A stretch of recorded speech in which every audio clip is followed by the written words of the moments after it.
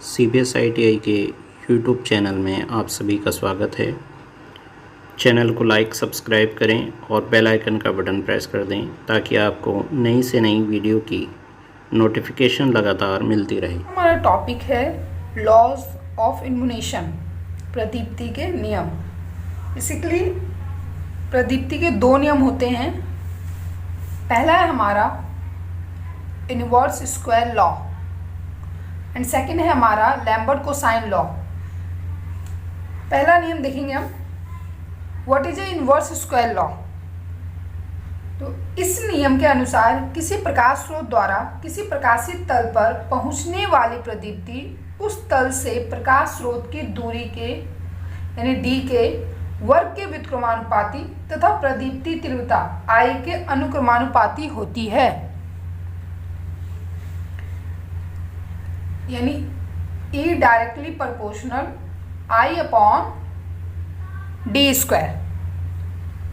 ये हमारा क्या था कि जो इल्यूमिनेशन होती है यानी हमारी प्रदीप्ति होती है वो प्रदीप्ति तीव्रता के अनुक्रमानुपाती तथा स्रोत की दूरी के वर्ग के व्युत्क्रमानुपाती होती है। ये हमारा डायग्राम है, देखेंगे।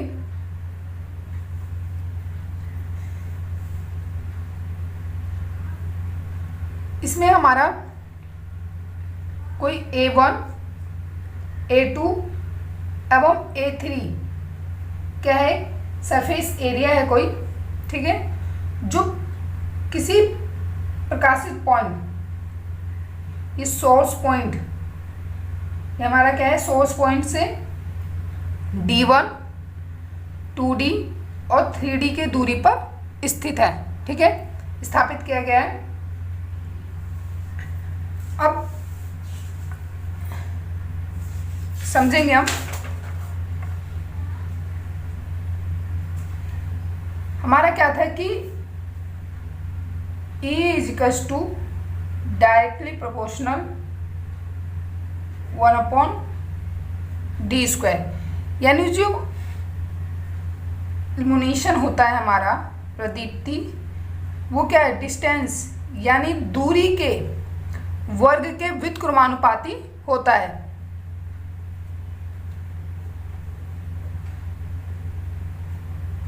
अब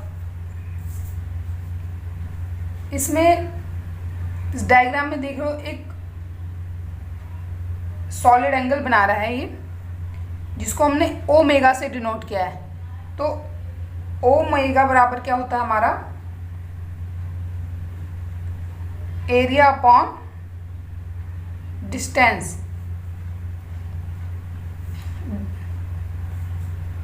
अब हम सरफेस ए के लिए बात करेंगे, ठीक है। तो सरफेस ए की, जो सरफेस ए पर जो हमारा फ्लक्स पड़ेगा, प्रदीप्ति फ्लक्स, तो क्या होगा, फाई बराबर I इंटू ओमेगा।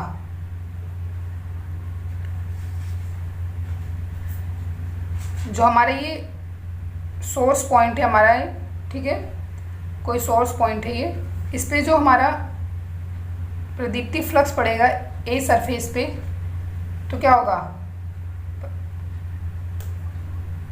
फाई बराबर क्या होता है हमारा, प्रदीप्ति फ्लक्स बराबर I इंटू ओमेगा, ठीक है। ये पहले सरफेस के लिए, तो हम इसे पहले सरफेस के लिए हम मानेंगे तो क्या होगा, फाई 1 बराबर I इंटू ओमेगा। इसी तरह हम सेकेंड सरफेस की बात करेंगे, तो phi 2 equals to I into omega. इसी तरह हम सरफेस A3 की बात करेंगे, तो phi 3 equals to I into omega, ठीक है।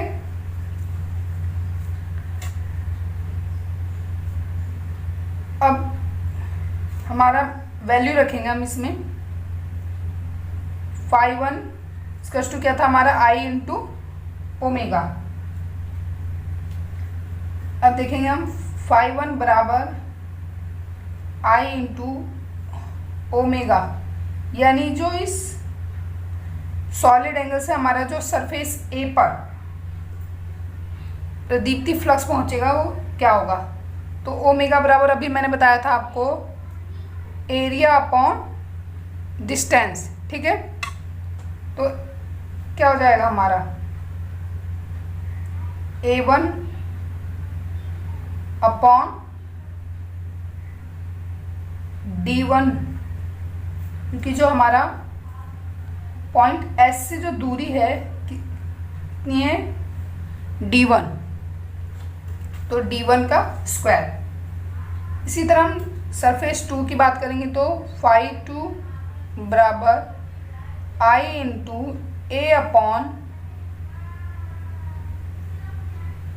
2D का स्क्वायर। सेम हम सरफेस A3 की बात करेंगे तो φ3 बराबर I इंटू ओमेगा बराबर क्या है हमारा एरिया अपॉन, सरफेस A3 की बात कर रहे हैं तो यहाँ आ जाएगा 3D का स्क्वायर, क्योंकि इसकी जो दूरी क्या है 3D है, ठीक है। अब आपको बताया मैंने कि E यानी इल्यूमिनेशन बराबर क्या था हमारा फाई अपॉन ए, यानी इल्यूमिनेशन फ्लक्स अपॉन एरिया। अब तीनों सरफेस में हम ये वैल्यू रखते जाएंगे, ठीक है, इसके अकॉर्डिंग। तो क्या होगा E1 बराबर फाई अपॉन A1। φ1 की वैल्यू क्या है हमारी I into A1 upon A1 मानेंगे, ठीक है, A1 upon A1 into D1 का स्क्वायर, ठीक है। A1 से A1 कैंसिल आउट हो जाएगा हमारा, तो क्या बन के आएगा हमारा I अपॉन D1 का स्क्वायर। अब इसी तरह हम सरफेस 2 के लिए बात करेंगे तो E इजकस टू फाई अपॉन A2, ठीक है। अब फाई की वैल्यू रखेंगे हम तो I into A2 upon A2 into 2D का स्क्वायर। A2 से A2 कैंसिल आउट हो जाएगा तो हमारा क्या हो जाएगा, बन के आएगा E इजकस टू I अपॉन 2D का स्क्वायर। अब इसी तरह हम सरफेस A3 के लिए बात करेंगे, क्या हो जाएगा E इजकस टू फाई अपॉन A3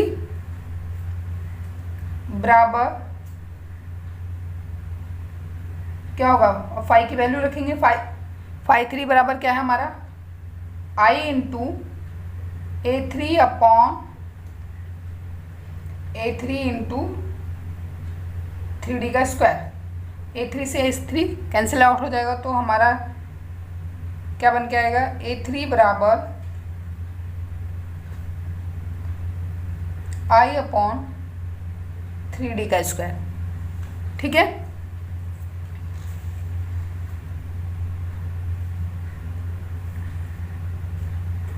अब तीनों लेके ये पहला इक्वेशन हो गया हमारा, ये दूसरा हो गया और ये हमारा तीसरा इक्वेशन हो गया, ठीक है। अब तीनों इक्वेशन का रेशियो लेने पर क्या हमारा फॉर्मूला पुटअप हो क्या आएगा, वो आएगा हमारा E1 का अनुपात E2 अनुपात E3 बराबर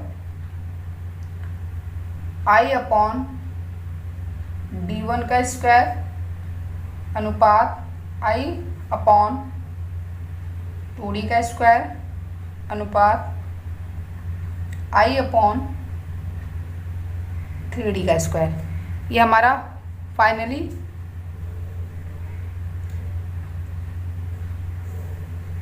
फॉर्मूला क्या है हमारा, फाइनली हमारा इन्वर्स स्क्वायर लॉ का फॉर्मूला बन गया है। इन्वर्स स्क्वायर लॉ जो हमारा इन्वर्स स्क्वायर लॉ का जो प्रिंसिपल होता है, यानी किस पर वर्क करता है, इन्वर्स स्क्वायर लॉ का जो प्रिंसिपल होता है हमारा फोटोग्राफी पे यूज होता है।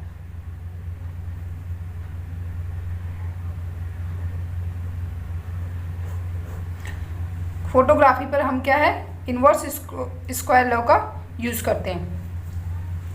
कैसे आपने देखा भी होगा, एक एग्जांपल के थ्रू मैं समझाती हूँ। जैसे कि शादी वगैरह में हमारा क्या है कि कभी भी फोटोग्राफी वहाँ होती है तो जो फोकस होता है वो क्या है, फेस पर देते हैं, क्या है, फोकस हमारा पूरी तरह का फेस पे देते हैं ताकि जो फोटो है हमारी वो क्लियर आए।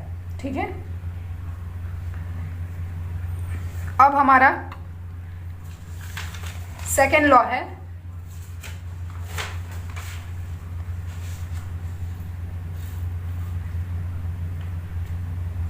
लैम्बर्ट कोसाइन लॉ, यानी लैम्बर्ट का कोसिया नियम।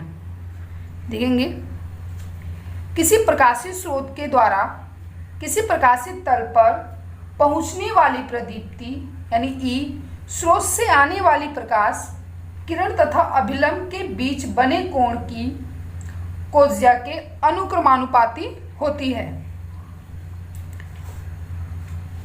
ये डायग्राम है, ठीक है।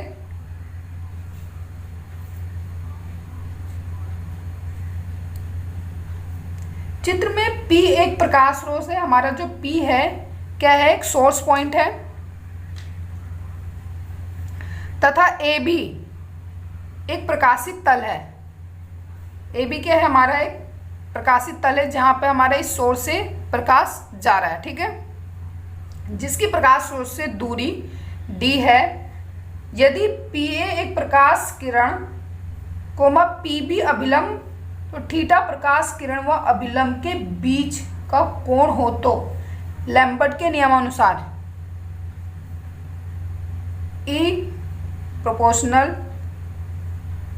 Cos theta. ठीक है, जो हमारा सेकेंड लॉ है वो क्या है, हमारा जो प्रदीप्ति है हमारी कोस थीटा की क्या है, अनुक्रमानुपाती है। ठीक है, एक दूसरा फॉर्मूला हमारा E is to I upon D square cos theta. Second law क्या है, पूरा पूरा एंगल पर डिपेंड करता है। जैसे किसी प्रकाशित स्रोत के एंगल को बढ़ाएंगे, ठीक है, जैसे हम किसी प्रकाशित स्रोत के एंगल को बढ़ाएंगे वैसे हमारा क्या इल्यूमिनेशन भी बढ़ेगा। जैसे कि आप एक एग्जांपल के थ्रू, ये हमारा कोई प्रकाशित स्रोत है, ठीक है, हमारा कोई प्रकाशित स्रोत है और ये हमारी कोई सरफेस एरिया है। ठीक है, ये हमारा सरफेस एरिया है। इस प्रकाशित स्रोत से जो हमारा इल्यूमिनेशन फ्लक्स होगा वो इस तरीके से पड़ेगा। ठीक है, ये हमारा E है, ये हमारा क्या है, एंगल है, क्या है, कोण बनाएगा ये। ठीक है, इस सरफेस एरिया से, दोबारा देखिए, ये कोई हमारा प्रकाशित स्रोत है। ठीक है, ये हमारा कोई सरफेस एरिया है। ये प्रकाशित स्रोत से जब किसी सोर्स पॉइंट से हमारा जब इल्यूमिनेशन फ्लक्स इस तरीके से क्या है, एंगल बनाएगा। ठीक है, तो क्या है, ये हमारा कोई प्रकाशित स्रोत है। ठीक है, इसको हमने P मान लिया और ये हमारा क्या है, सरफेस एरिया, इस पे हमारा प्रकाश, तो इसे हमने, ये हमारा क्या हो गया, इल्यूमिनेशन। अब जैसे जैसे इस एंगल को बढ़ाएंगे, इस सोर्स पॉइंट के एंगल को बढ़ाएंगे, वैसे हमारा क्या है, इल्यूमिनेशन भी बढ़ेगा। अगर इस एंगल को कम करेंगे तो हमारा इल्यूमिनेशन भी कम होगा। अगर मैं इस एंगल को मैंने बड़ा सोर्स ले लिया, फ्लैश लाइट ले ली, तो इसका प्रकाश भी क्या होगा, बड़े एरिया तक जाएगा, बड़े एरिया को कवर करेगा। इसी तरह क्या है, जैसे जैसे हम इस एंगल को कम करेंगे वैसे हमारा इल्यूमिनेशन भी कम होगा। अगर इस एंगल को हम बढ़ाएंगे तो हमारा इल्यूमिनेशन भी बढ़ेगा। ये हमारा क्या था, लैम्बर्ट कोसाइन लॉ।